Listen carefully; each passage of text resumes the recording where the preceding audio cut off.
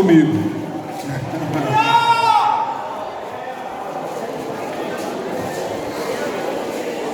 Vamos orar ao Senhor nesse momento. Soberano e altíssimo Deus, nosso Pai, nós te louvamos e te agradecemos por estarmos aqui com o teu povo, meu Deus, com aqueles que vão, Senhor, habitar no céu por toda a eternidade. Pedimos que teu Santo Espírito, meu Deus, nos auxilie agora, trazendo tua palavra viva, poderosa, que ela seja aplicada aos nossos corações, que ela produza luz e convicção, firmeza e fundamento, Senhor, solidez, robustez, a nossa experiência espiritual. Nós te pedimos estas coisas, em nome de Jesus. Amém.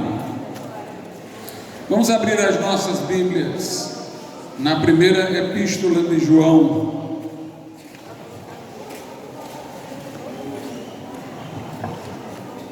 Primeira epístola de João, capítulo de número 4.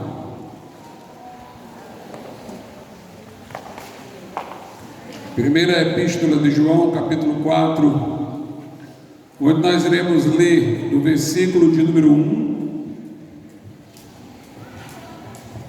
até o versículo de número 6.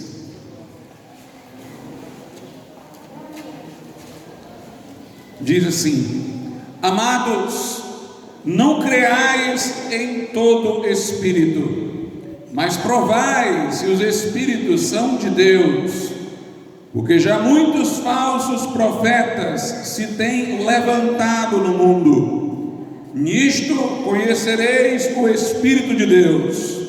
Todo espírito que confessa que Jesus Cristo veio em carne é de Deus.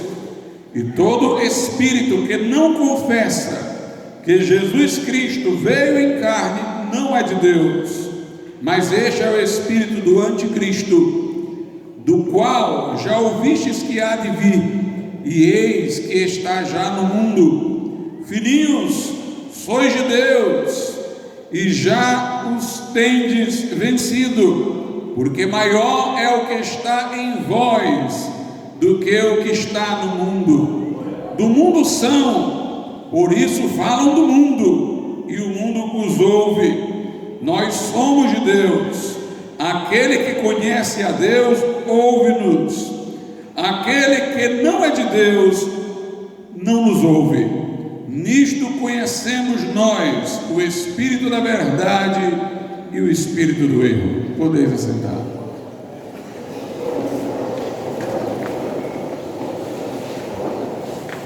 Há dois ministérios, irmãos, que eles tiveram uma existência delimitada no tempo: o de apóstolo e o de profeta. E quando eu falo aqui do ministério de profeta, entendam-me, eu não estou falando do dom de profecia. O dom de profecia é atual. Os dons carismáticos, que incluem dom de cura, dom de operação de maravilhas, dom de profecia, línguas, interpretação, discernimento de espírito, palavra da sabedoria, palavra do conhecimento, fé para milagres. Estes dons carismáticos, segundo a carta aos Coríntios, capítulo 12, foram nos dados para a edificação da igreja. A igreja ainda necessita de edificação, a igreja não está concluída. Ainda não chegamos à estatura do varão perfeito. A igreja ainda não chegou na sua perfeição. Então ela precisa daqueles dons que são para a sua edificação ainda.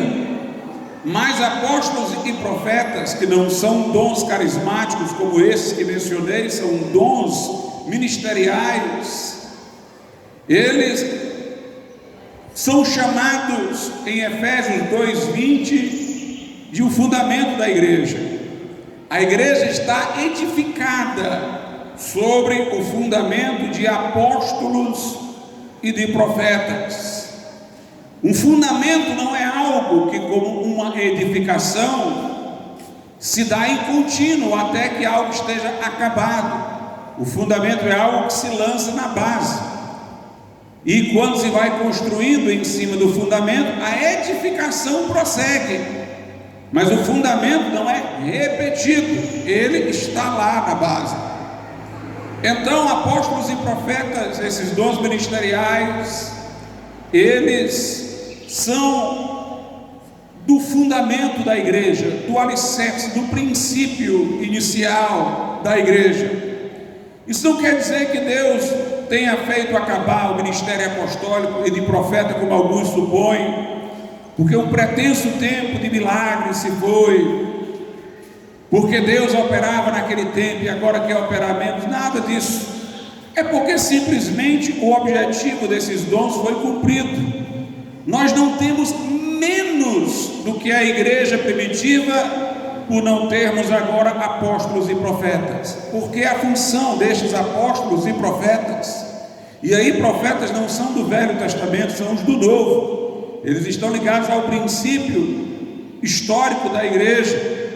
Por isso que fala fundamento de apóstolos e profetas, inclusive pondo apóstolos em primeiro lugar e profetas em segundo. Esses profetas não são aqueles que duraram até João Batista, não são os do Velho Pacto, são profetas do Novo Testamento, inclusive mencionados após os apóstolos como fundamento da igreja. Esses apóstolos e profetas, eles tinham uma missão: instruir a igreja nascente sobre a doutrina de Cristo, que ainda não estava registrada no Novo Testamento.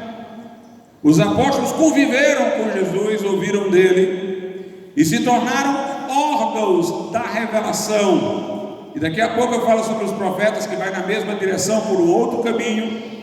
Mas de logo eu vos digo, a função dos apóstolos era nos dar o Novo Testamento. Eles pregaram e escreveram, e orientaram alguns que escreveram, como Marcos por Pedro foi orientado, Lucas por Paulo. E assim, quando o Novo Testamento é concluído, o que os apóstolos tinham para dizer está registrado. Então não é que o poder de Deus diminuiu, é que o propósito da existência deles se realizou. Nós não temos menos do que a geração que os apóstolos viveram, em que os apóstolos viveram. Nós temos até mais, porque um apóstolo poderia revelar um aspecto da doutrina numa pregação, mas era preciso ouvi-lo continuadamente para saber de tudo, e nós temos na mão, de uma vez só, todo o Novo Testamento. Então nós não temos menos do que eles, nós temos mais do que eles naquele tempo, do que os cristãos primitivos. De certa maneira eu posso até dizer que o ministério apostólico, não através de homens, mas através da palavra, ainda continua, porque depois de morto eles ainda falam. Está aqui a mensagem deles. O que eles tinham para dizer ecoa até hoje, sem que haja novos apóstolos de Cristo. Aqueles apóstolos de Cristo que estão falando para nós ainda hoje, através do Novo Testamento. Mas o que é que ocorria? Os apóstolos eram um número muito pequeno, eram 12.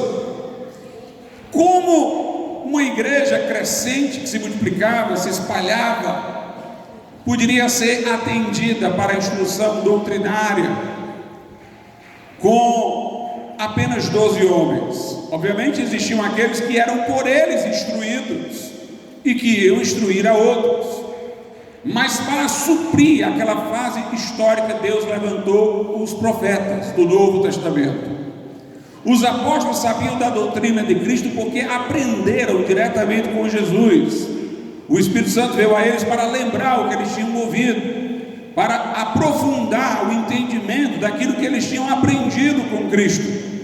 O profeta do Novo Testamento, o dom ministerial de profeta, era referente àquela pessoa que não tinha estado com Jesus, mas por uma inspiração direta do Espírito Santo, ele tomava conhecimento da doutrina. Os apóstolos com Jesus, estes profetas por uma inspiração direta do Espírito Santo. Eles, diferentemente daqueles que têm o dom de profecia, não estavam ali meramente para encorajar, consolar, edificar. Não, eles eram órgãos da revelação. Eles eram, como os apóstolos, pregadores e conhecedores da doutrina que os apóstolos também tinham, mas por uma inspiração direta. E esses profetas eram subordinados aos apóstolos no sentido de que, se o que eles dissessem não batesse com o que os apóstolos diziam, eles eram considerados falsos profetas. Por isso que a Bíblia diz: edificado sobre o fundamento de apóstolos e profetas. Os apóstolos vêm primeiro. Ele deu uns para apóstolos, outros para profetas. Lá em Carta aos Coríntios, primeiramente apóstolos, depois profetas. Esses profetas só eram reconhecidos se o que eles estivessem dizendo estivesse de acordo com o que os apóstolos pregavam. Se levantasse alguém dizendo que era um profeta, um crente talvez com o dom de discernir espírito, que é o dom carismático, poderia entender que ele era um falso profeta logo, mas se iria saber pela sua mensagem se era legítima por conformação ao que os apóstolos diziam. As igrejas às vezes eram enganadas por um falso profeta até que chegasse um apóstolo lá, ou um comissionado pelos apóstolos, para dizer: não, o que este aqui está dizendo, pregar pelo Espírito Santo, não é aquilo que é ensinado pelos apóstolos. Os apóstolos, portanto, tinham a última palavra desse campo da revelação, como órgãos da revelação. Aqui na primeira carta de João, capítulo 4, João está falando desse tipo de profeta, ou seja, desses que se diziam órgãos da revelação divina, portadores da mensagem neotestamentária por uma inspiração direta. E já naquele tempo estavam a existir falsos profetas. E aí, na primeira epístola de João 4, verso 1, diz: amados, não creais em todo espírito, mas provai se os espíritos são de Deus, porque já muitos falsos profetas se têm levantado no mundo. Acompanhe, o termo espírito aqui tem um sentido de inspiração. Espírito é sopro, é a inspiração. Provem o sopro que há sobre eles, examine a inspiração que ele tem. Embora isso se refira àqueles profetas daquela época, falsos profetas, que alegavam ter o ministério de profeta, que já não há mais nestes termos, nós temos aqui um elemento para fazer aplicação aos nossos dias. Às vezes nós vemos pregadores que parecem fervorosos, que têm aparentemente profundas emoções, que falam com eloquência, que discorrem de maneira interessante, que são atrativos, são magnéticos pela capacidade de comunicadores que eles possuem. Eles têm algum tipo de inspiração poética, comunicacional, têm habilidades e talentos de comunicação, e isso às vezes gera uma euforia com estas pessoas. Uma das coisas mais lamentáveis é como às vezes muitos se encantam com a eloquência do pregador em detrimento da vida que ele vive, que não condiz, mas inebriadas pelo prazer de ouvir aquela pessoa que fala de maneira tão magnética, tão atrativa. As pessoas fecham os olhos por uma vida que não está correta. E às vezes as pessoas ficam tão encantadas com a eloquência, a habilidade de falar, a impressão psicológica positiva que aquela pregação traz, que elas não conseguem perceber que estão ali embutidas heresias, erros doutrinários. Então nos nossos dias nós temos que provar a inspiração. Provar a inspiração. Veja como a ideia de espírito aqui tem um sentido de inspiração. Lá na segunda carta aos Tessalonicenses, no capítulo de número 2, veja o que o apóstolo Paulo diz no versículo de número 1. Aliás, no versículo de número 1 e 2, é o 2 que é importante.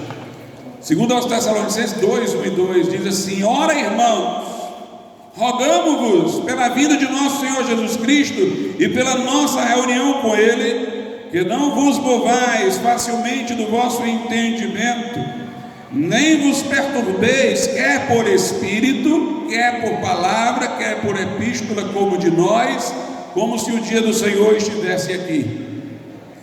Aquela comunidade em Tessalônica, que estava passando por tribulações, angústias e perseguições, começou a julgar que eles já estavam na grande tribulação, que eles já estavam passando pela grande tribulação, sem que tivesse havido o arrebatamento da igreja.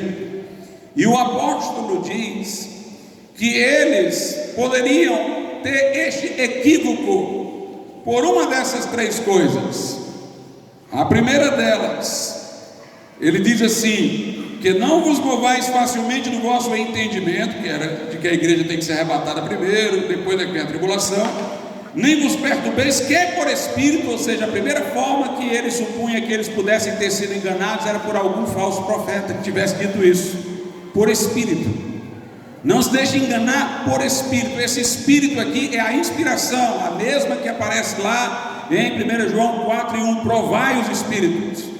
Quer dizer, alguém pode ter ido aí e profetizado isso, e dito isso, como se fosse um profeta, um ministro inspirado, quer por palavra, quer dizer, por uma má interpretação que pudessem eles terem tido de alguma pregação, quer por epístola, como de nós enviada. Provavelmente ele suspeitava de que tivesse havido uma carta falsa endereçada a eles em nome de Paulo, instruindo erradamente.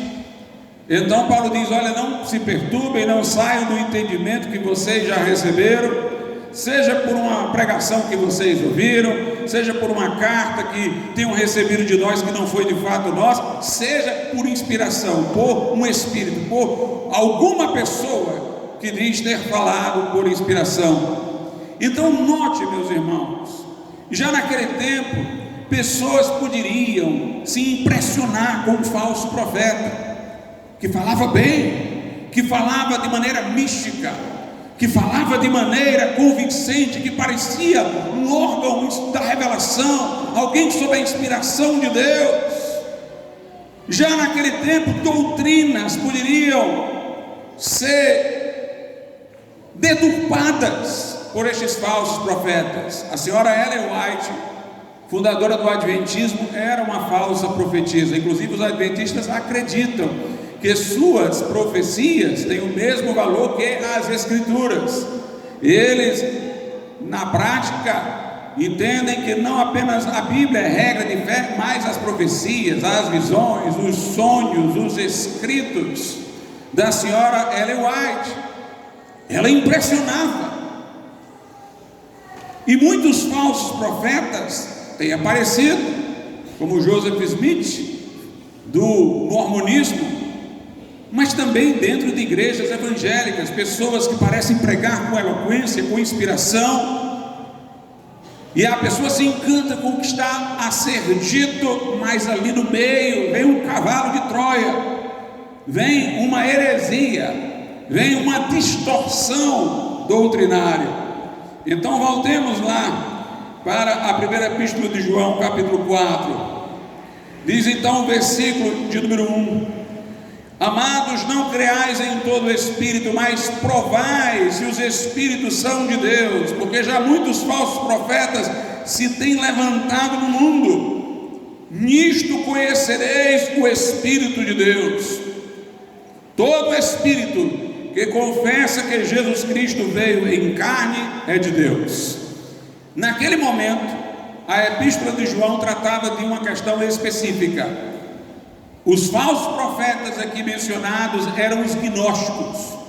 Os gnósticos eram pessoas que se diziam convertidas ao cristianismo, eles se diziam crentes, mas eles outrora eram filósofos gregos, ou melhor dizendo, filósofos gregos não, admiradores da filosofia grega, fossem eles gregos ou não. Eles quiseram casar, quiseram fazer uma síntese do cristianismo com o pensamento grego. E o pensamento grego, irmãos, principalmente o platônico, desvalorizava a corporeidade. Os gregos acreditavam que a matéria era eterna. Havia uma divindade, o demiurgo, que dava organização à matéria, mas a matéria não fora criada por Deus, ela era eterna. E eles acreditavam que a matéria era o problema, que a ordem que se dava à matéria depois se desordenava, o que gera um processo de corrupção. Tudo que é gerado se corrompe, porque a matéria resiste à organização. Então a matéria era a raiz do pecado. Para estas pessoas, nós seres humanos, era a visão de Platão, teríamos tido uma existência prévia à existência do corpo. Como puros espíritos, teríamos vivido em outro mundo. E aí, como um castigo, porque nós teríamos descido de níveis superiores para inferiores, nós teríamos sido aprisionados na matéria. Nós teríamos sido enclausurados no corpo. O corpo não fazia parte de nós, era uma prisão, como castigo. Essa era a visão deles. Inclusive, eles procuravam adaptar isso à Bíblia, dizendo que esta vida pré-existente dos espíritos desse outro mundo era como se fosse o paraíso lá de Adão, e que a expulsão do paraíso teria sido como que a colocação do nosso espírito dentro dos corpos. Para eles, a esperança cristã não era a ressurreição da carne, como está no credo, creio na ressurreição da carne. Não era como Paulo fala, a ressurreição física, como Jesus teve. Para eles, a esperança era se libertar do corpo, era se livrar do corpo.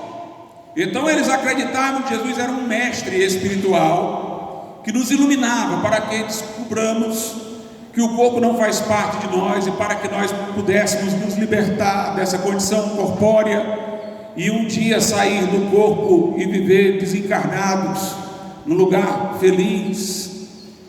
Era essa a visão dos gnósticos. Logo, para eles não teria sentido dizer que Jesus veio em carne.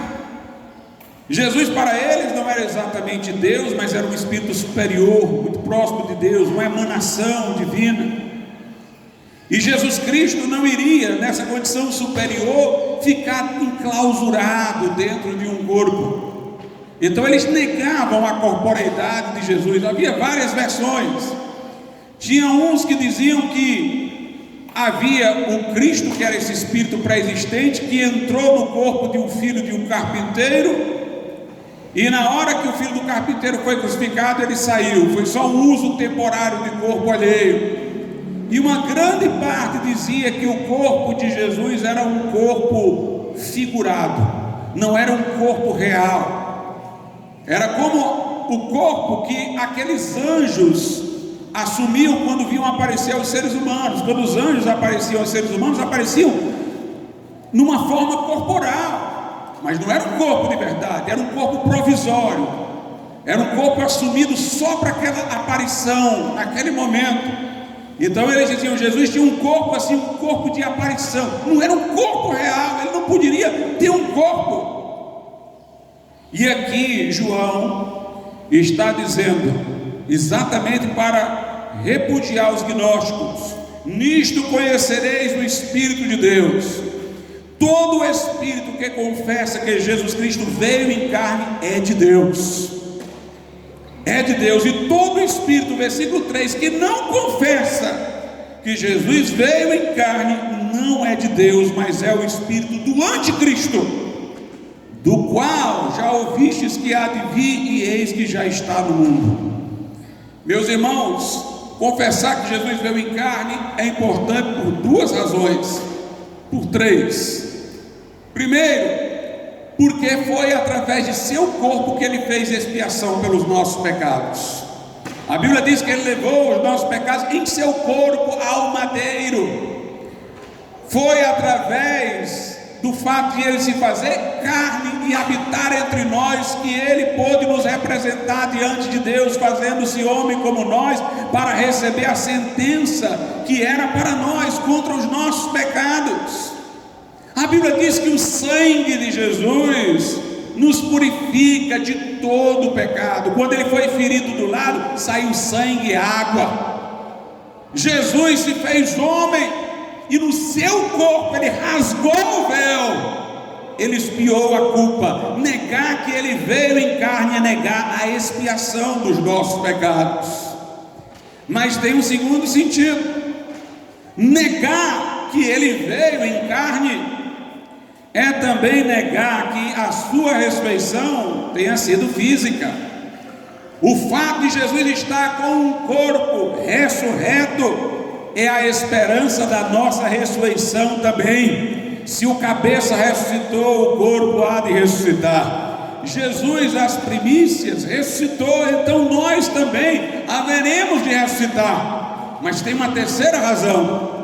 É que se Jesus não teve um corpo, não existe igreja. Porque a igreja é o corpo de Cristo. É como se no presente momento o Espírito de Cristo estivesse agindo através dos nossos corpos deste mundo físico. Por isso que lá em Romanos 12 diz que nós devemos apresentar a Ele o nosso corpo em sacrifício vivo, santo e agradável. A partir do momento que o Espírito de Cristo, que está conosco até a consumação dos séculos, está agindo no mundo através dos nossos corpos, nós somos o corpo de Cristo. Então a Bíblia traça uma continuidade. Ele agiu através de seu próprio corpo físico aqui na terra, que está agora no céu, e no momento ele age através dos nossos corpos físicos aqui na terra. Se Jesus não veio em carne, também não existe igreja. Se não há o corpo físico, não há o corpo místico. Agora, quando eu confesso que Jesus veio em carne, eu confesso, portanto, que houve expiação. Eu confesso que houve ressurreição. Eu confesso que há a igreja, o corpo místico de Jesus. Se os falsos profetas estavam falando diferentemente da confissão básica da igreja cristã, sua doutrina ortodoxa, eles obviamente não deveriam ser ouvidos.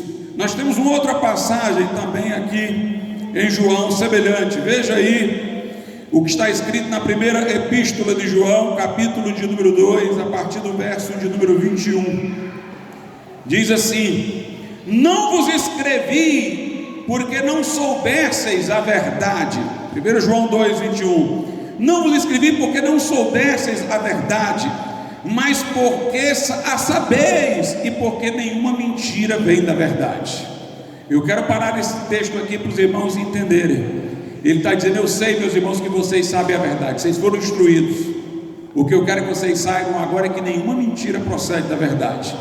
Ou seja, não aceitem uma dedução infeliz do que vocês aprenderam. Não aceitem que a partir do que vocês ouviram, alguém possa extrair uma coisa que é incongruente com isso. A verdade não se contradiz, nenhuma mentira procede da verdade. Aí ele diz no verso 22: quem é o mentiroso, senão aquele que nega que Jesus é o Cristo? Note mais uma vez um combate aos gnósticos. O que é o Cristo? É o ungido. Esse título de Cristo, o ungido, era dado aos reis. Davi era ungido do Senhor. Jesus, como o Cristo, é descendente de Davi segundo a carne. Ou seja, quem não confessar que Jesus Cristo veio em carne da descendência de Davi é mentiroso. Quem é o mentiroso senão aquele que nega que Jesus é o Cristo? É o anticristo, esse mesmo que nega o Pai e o Filho. Qualquer que nega o Filho também não tem o Pai, e aquele que confessa o Filho tem também o Pai. Duas doutrinas a mais aqui, ou dois aspectos da única doutrina nós temos aqui para melhor dizer. É que Jesus Cristo é Deus. Quem tem Jesus tem o Pai, quem tem o Pai tem o Filho. Não é possível ter um sem o outro, porque Jesus diz: eu estou no Pai e o Pai está em mim. É a doutrina da trindade, da divindade de Cristo. E também mostra a mediação única de Jesus. Qualquer que nega o Filho não tem o Pai. E quem confessa o Filho tem também o Pai. Se negou Jesus, não chega no Pai. Se confessou Jesus, por Jesus chega ao Pai. Ele é o único mediador da aliança. Ou seja, se alguém não crê que Ele veio em carne para morrer na cruz de expiação, se alguém não crê que Ele ressuscitou fisicamente para que nós ressuscitemos, se alguém não crê na igreja como corpo místico de Cristo, se alguém não crê na divindade de Jesus, se alguém não crê na mediação de Jesus Cristo, a única mediação, só por Ele chegamos ao Pai, então esse é do anticristo. Meus irmãos, João aqui não tem arrodeios. Quer ir a Jesus por Maria? É do anticristo. Nega que o sacrifício de Jesus expiou a culpa inteiramente, que ainda precisa de purgatório, penitência, qualquer outra coisa aí, é do anticristo. Quer que a igreja seja uma organização terrena, sediada lá no Vaticano, lá no Brooklyn da Torre Dividida dos Testemunhos de Jeová, lá em Salt Lake dos Mormons, é do anticristo. A igreja é o corpo místico de Jesus. Não, uma organização internacional.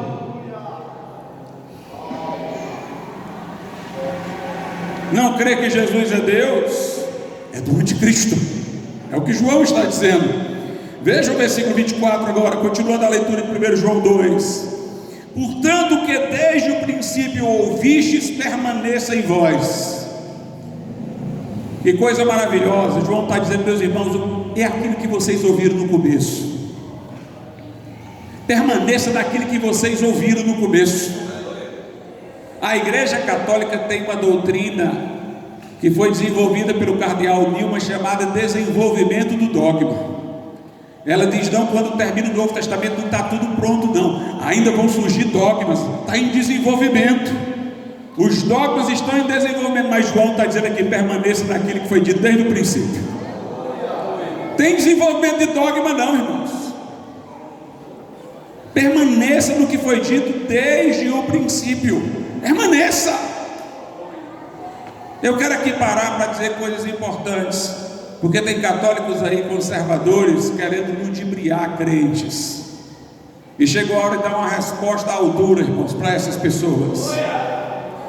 Eles dizem que depois do cano do Novo Testamento, ainda há doutrinas em desenvolvimento. Por isso que eles não se apegam tanto ao Novo Testamento. Eles reconhecem que não tinha Papa no sentido que eles têm posteriormente. Eles reconhecem que no Novo Testamento não está explícita a doutrina do purgatório, mas eles dizem, nós tivemos um desenvolvimento ao longo da história, outros dogmas foram se formando. A loucura é tão grande disso, irmãos, preste atenção, que foi o Concílio do Vaticano I, o Concílio do Vaticano I no século XIX, imagine aí, século XIX, está mais perto da gente do que dos apóstolos, né? Bem pertinho da gente. Século XIX, que foi estabelecido o dogma da infalibilidade papal. O Papa ficou sendo considerado infalível no século XIX. Que dogma demorado para desenvolver foi esse, meu irmão? Que precisou de 19 séculos para ele aparecer. Agora preste atenção ao que eu vou lhe dizer. Durante a Idade Média havia até quem defendesse a infalibilidade papal, mas havia um outro movimento muito forte na Igreja Católica, que era o conciliarismo. Os conciliaristas defendiam que a infalibilidade não era do Papa, era do concílio. E meus irmãos, figuras ilustres defendiam isso. Nicolau de Cusa, o cardeal Nicolau de Cusa defendia o conciliarismo. Marcílio de Pádua, na Idade Média, defendia o conciliarismo. O concílio de Constança, que foi aquele que levou à fogueira John Hus, foi um concílio que se colocou oficialmente acima do Papa. A Igreja Católica diz que os seus concílios não se contradizem, pois o concílio de Constança decidiu pelo conciliarismo, que quem era infalível não era o Papa, era o concílio. O que queimou John Hus assumiu essa posição. O concílio de Niceia, que foi convocado pelo imperador Constantino, o bispo de Roma não compareceu. O concílio, que inclusive firmou o que já estava na Bíblia, o ensino concernente à Trindade, foi convocado não por o bispo de Roma, mas por um imperador, e o bispo de Roma nem esteve presente nesse concílio. Os conciliaristas diziam que o concílio é que era infalível.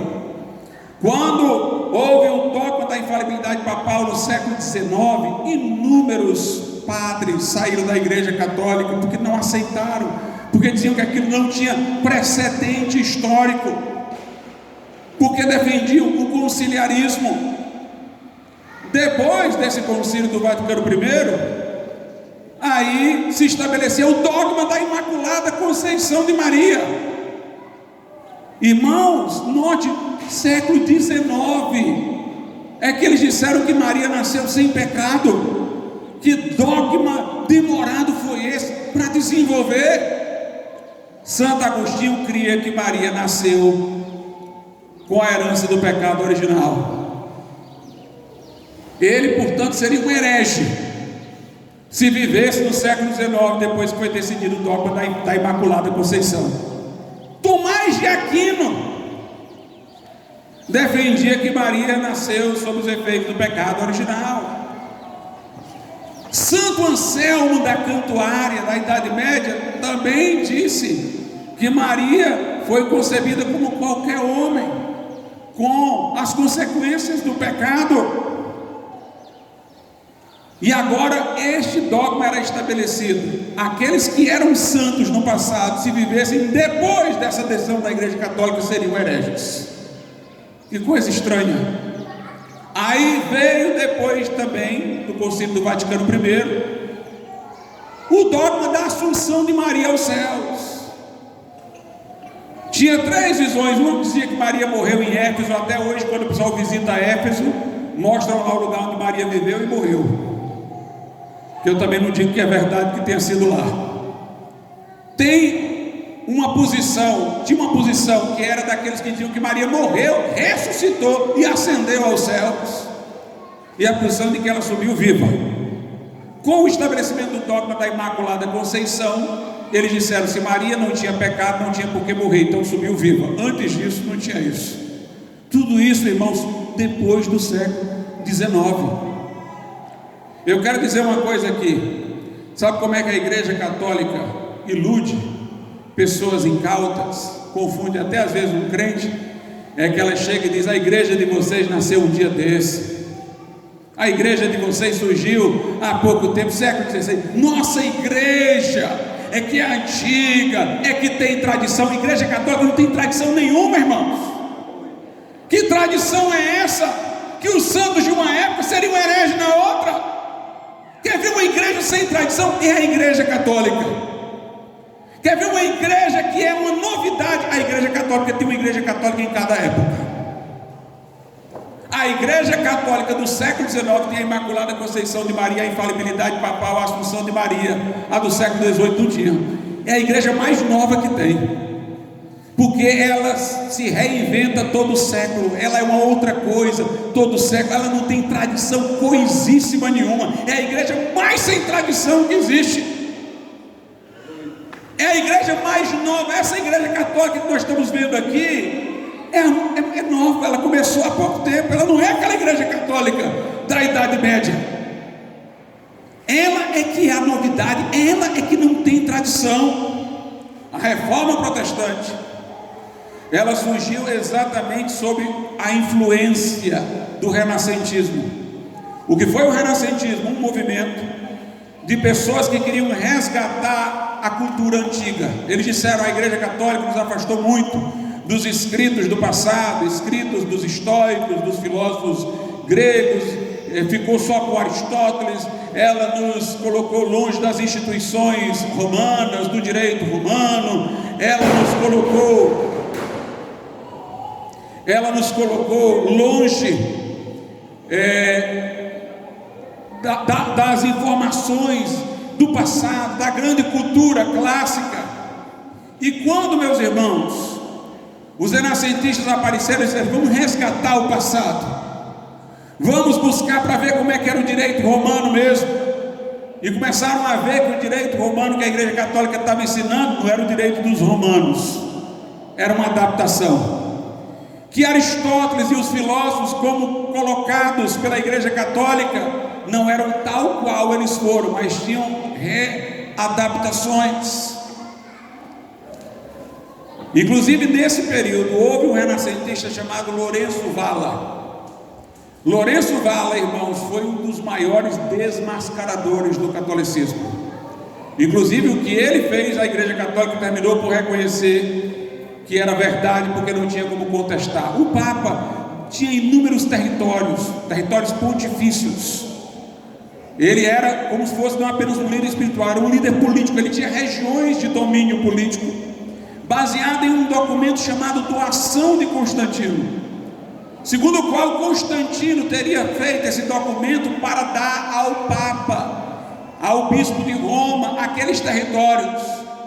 E Lourenço de Valla, um renascentista, foi estudar o latim do passado, e ele descobriu que o latim desse documento, Doação de Constantino, era um latim de muito depois que Constantino viveu, que as expressões idiomáticas que ali estavam não eram aquelas que eram usadas no latim passado, da época de Constantino, mas de muito tempo depois. E ele provou que aquela doação de Constantino era falsa. Lutero dizia: se um bispo de Roma forja um documento desse para enganar todo mundo, para ter territórios, em que se pode confiar num homem como esse? A Igreja Católica hoje reconhece que a doação de Constantino foi forjada, mas o Papa manteve os territórios e os domínios por séculos, com base numa mentira, irmãos. Que tradição é essa? E aí os reformadores surgem nesse período. O desejo dos reformadores é: vamos voltar à igreja primitiva, vamos ficar não com a tradução que tem a Igreja Católica do grego para o latim, vamos voltar à Bíblia original, ao grego, ao hebraico, vamos fazer traduções diretas, vamos voltar à igreja primitiva. A Igreja Católica dizia: a reforma protestante é uma novidade. Não, era uma volta ao velho, era um resgate.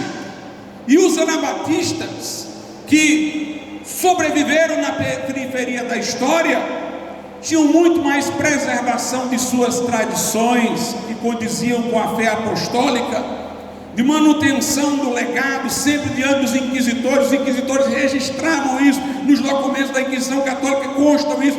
Eles diziam: nós somos desde os apóstolos. Eles foram muito mais preservadores da tradição apostólica, se for por isso. Então não se engane, a Igreja Católica não tem tradição, ela se reinventa a cada época, mentirosamente. E aqui nós temos, voltando, 1 João 2, agora o versículo 24. Portanto, o que desde o princípio ouvistes, permaneça em vós. O que desde o princípio ouvistes. Se em vós permanecer o que desde o princípio ouvistes, também permanecereis no Filho e no Pai. E esta é a promessa que Ele nos fez, a vida eterna. Estas coisas vos escrevi acerca dos que vos enganam. E a unção que vós recebestes dele, que é o Espírito Santo, fica em vós, e não tendes necessidade de que alguém vos ensine.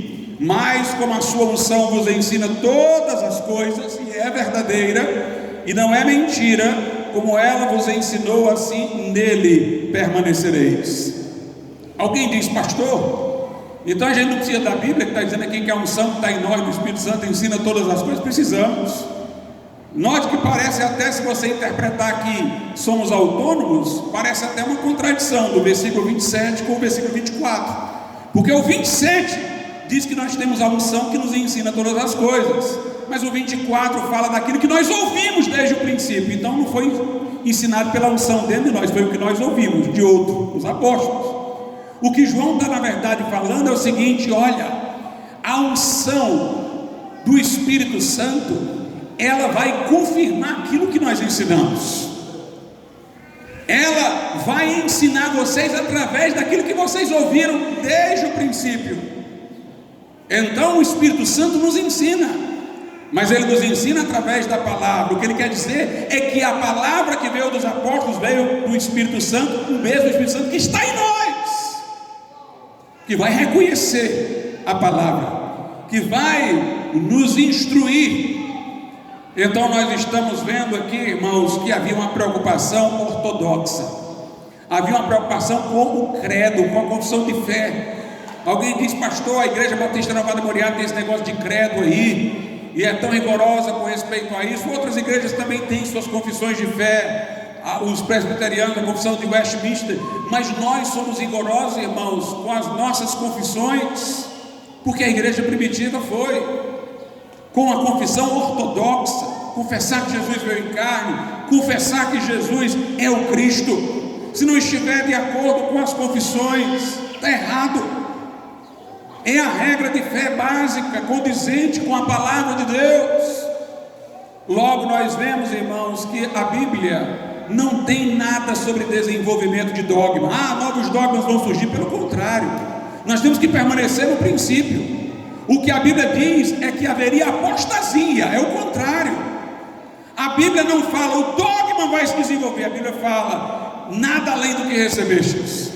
O que a Bíblia fala é: permaneçam naquilo que vocês ouviram desde o princípio. O que a Bíblia fala é: guarda o bom depósito.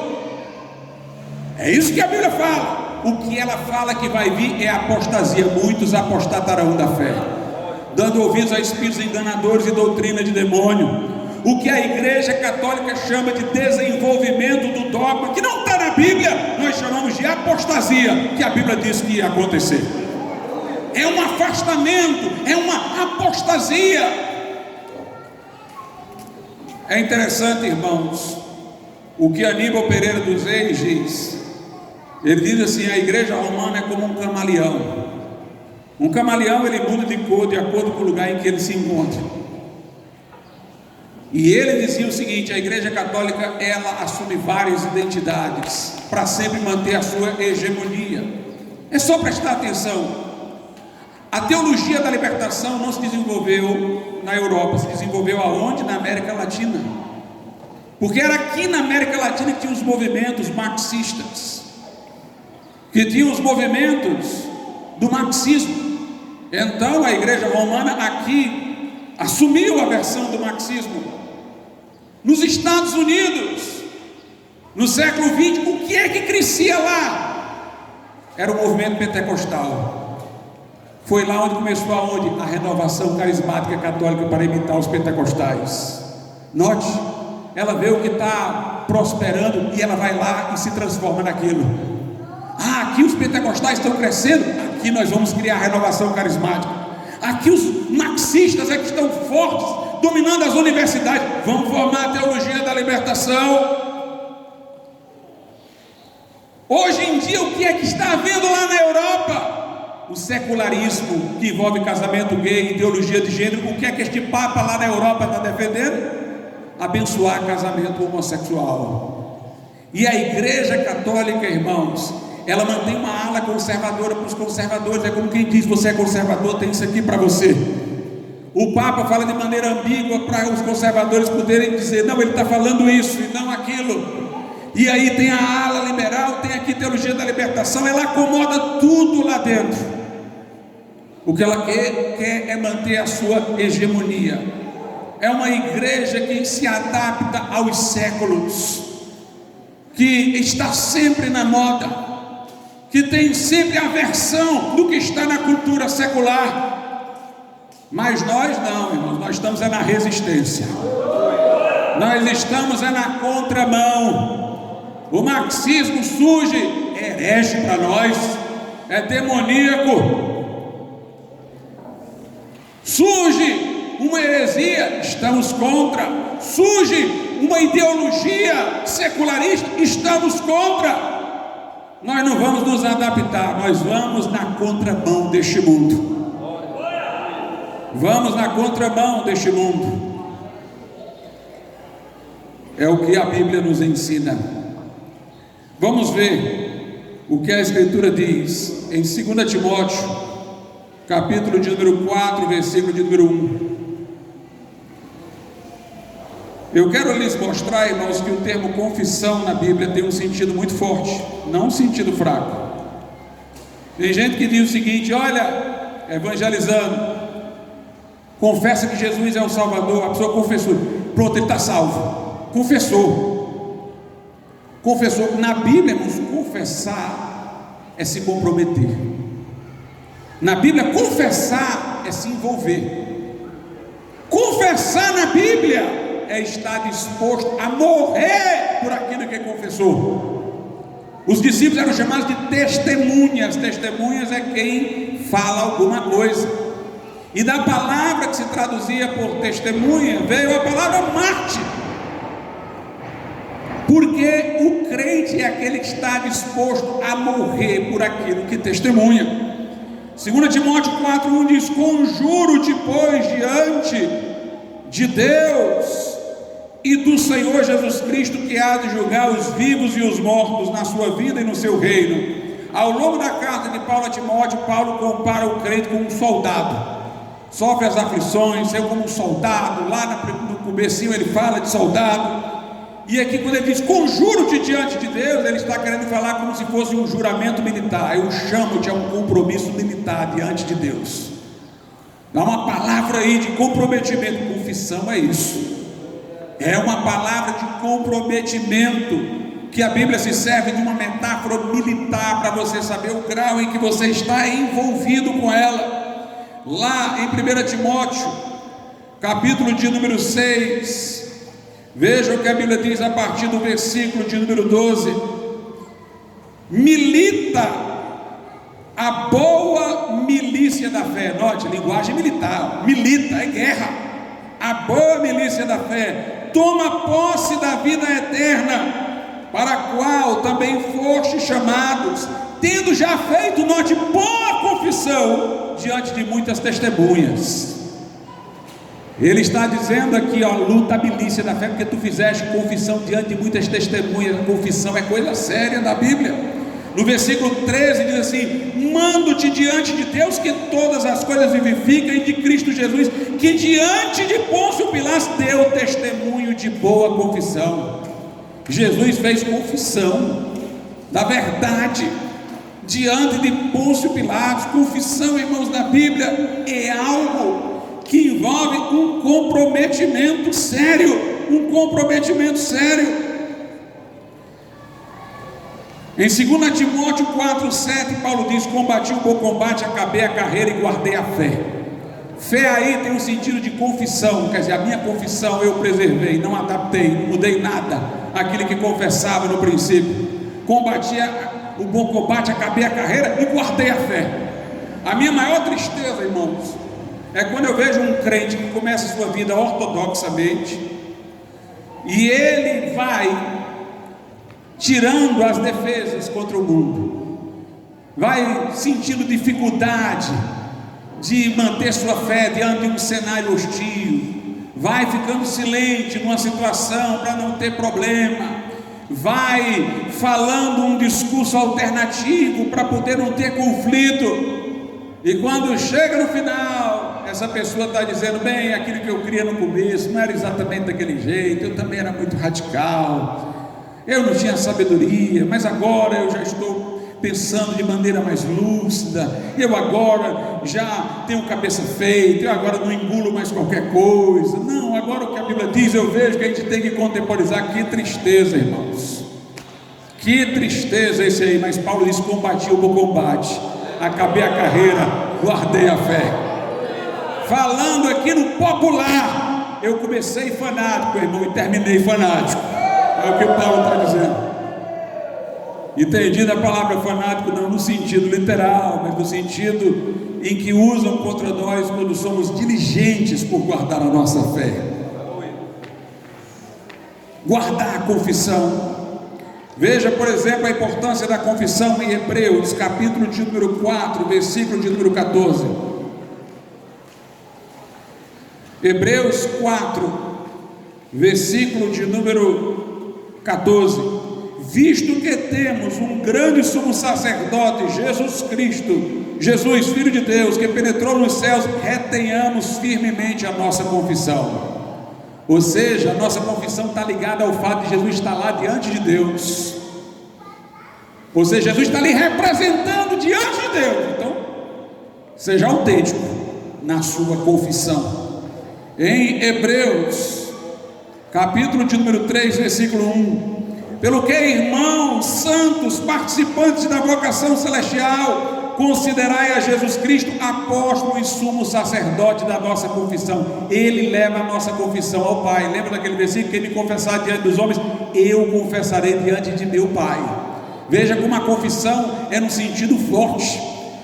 É uma confissão pela qual você se compromete aqui na terra com Deus, com Jesus, e sabe que esse comprometimento está sendo levado por Cristo diante do Pai. Hebreus capítulo de número 10, versículo 23.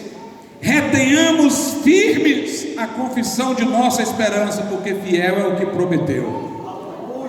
Meus irmãos, este compromisso, essa confissão neste sentido bíblico, que não é falar da boca para fora não, é se envolver. Na Bíblia, esta confissão, ela não está oposta a silêncio, ela está oposta a um sentimento de vergonha. Jesus disse: quem me confessar diante dos homens, eu confessarei diante de meu Pai. Quem se envergonhar de mim.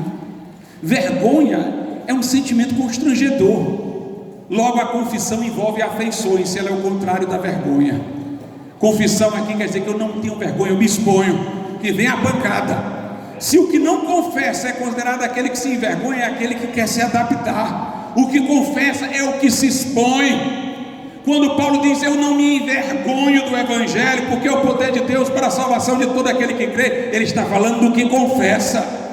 Quando ele diz a Timóteo: não te envergonhes, quer dizer, confessa, se expõe por essa verdade, se expõe por essa verdade.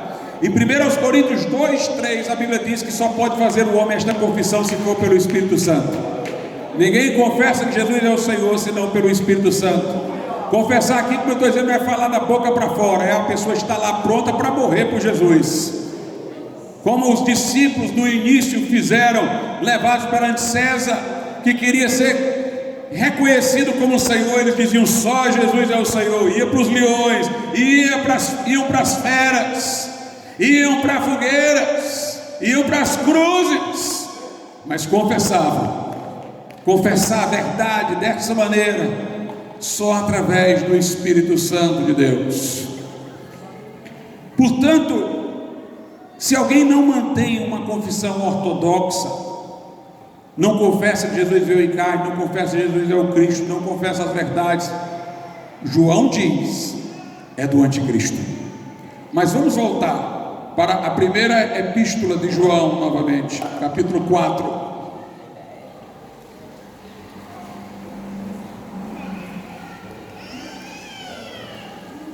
1 João, capítulo de número 4, diz assim, o versículo de número 6: Nós quem, irmãos?